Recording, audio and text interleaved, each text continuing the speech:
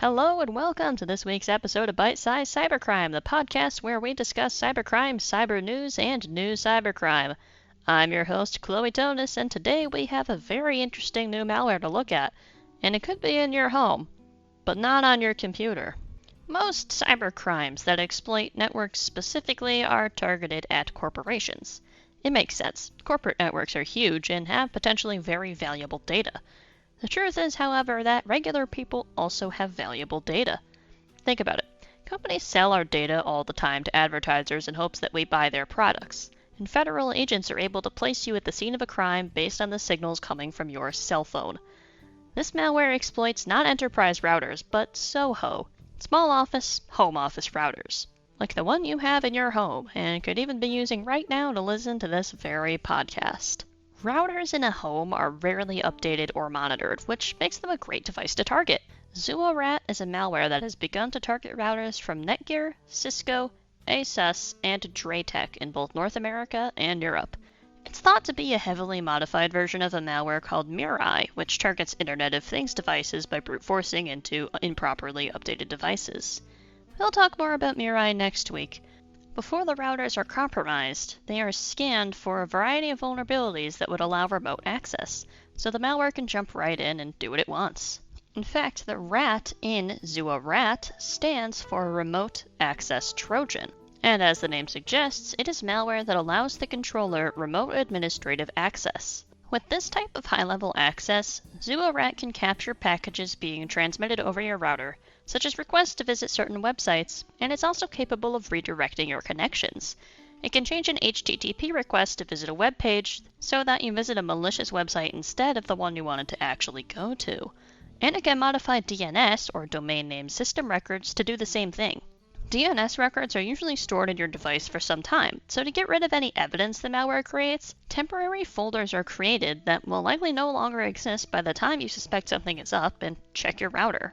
These are both examples of a man-in-the-middle attack, where the connection between your device and the web service you're trying to communicate with are compromised and are read or modified in the middle of the transmission. ZuoRAT has also been able to infect devices laterally. In other words, it can infect other routers through your router and spread that way, if, let's say, you have two different routers that communicate with each other. This would be the case in more of a small office rather than a home, but it can still happen, and now your entire network, even with different routers, is compromised. This malware also deploys some very sophisticated custom Trojan horses, malware that disguises itself as being legitimate applications. One is called CBeacon, and it is able to target Windows systems, and another is called GoBeacon, which can likely infect both Linux and Mac devices, so no operating system is safe. These Trojans allow the hackers behind them to download or upload files, run commands on the actual computers this time, and persistently stay on your network. These capabilities are pretty scary because that means personal documents can be copied and other potentially malicious files can be directly uploaded to your device. Another sneaky thing this malware does is use some routers infected with it as a proxy server. A proxy server is a machine between your computer and the internet, and they're mostly used to conceal your IP address.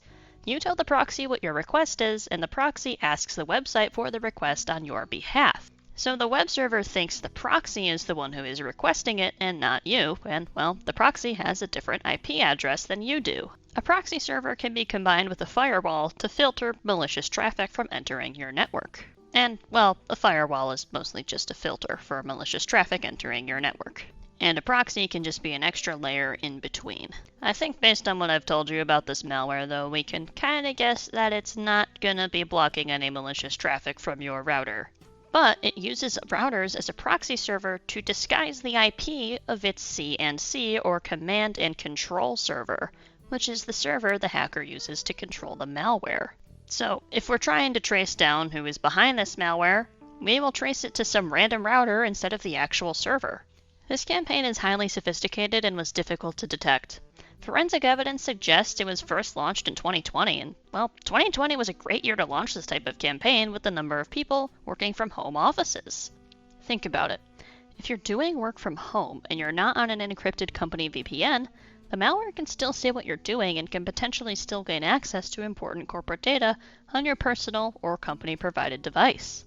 So far, only an estimated number of 80 targets have been impacted, but those targets were all able to be detected, and there are possibly many more waiting to be discovered.